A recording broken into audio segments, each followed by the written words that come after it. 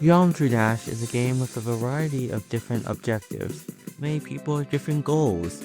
Maybe they want to try and beat all the main levels, or all the map packs, or all the gauntlets. Or maybe they want to get certain icons, complete specific achievements. One of the hardest goals in the entire game is beating a top 1 level. Top 1 level is the hardest level in the game. Currently, that level would be Sinking Space 2, but that may change in the future, with new potential top 1s such as Grief or Heliopolis. This video is as per the title says, and I'm going to show you how you can be a former top 1 in Geometry Dash. Former top 1 levels are levels that used to be the hardest level in the game, but have been overshadowed by harder levels throughout the time span of Geometry Dash. If you watch this video and train, it is likely that you could be a former top 1 within the span of only a couple of days. So, without further ado, let's get started. So, as you can see, we are now at the main menu.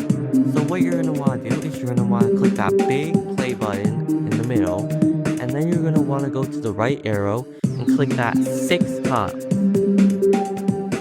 And then you will reach the level Jumper. As you can see, I haven't practiced it because I'm just like that good at the game. And you're going to want to click Jumper. So, once you're in the level Jumper, all you have to do is successfully beat the level. And once you do that, you will have beaten a former top 1. Now you may be wondering, how will I have beaten a former top 1 by beating Jumper?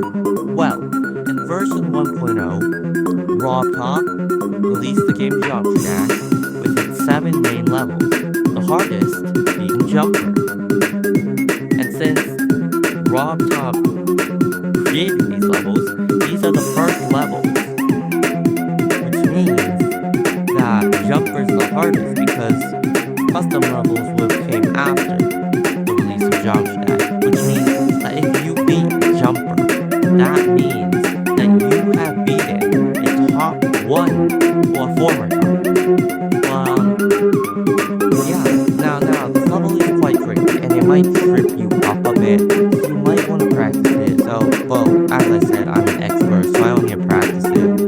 But,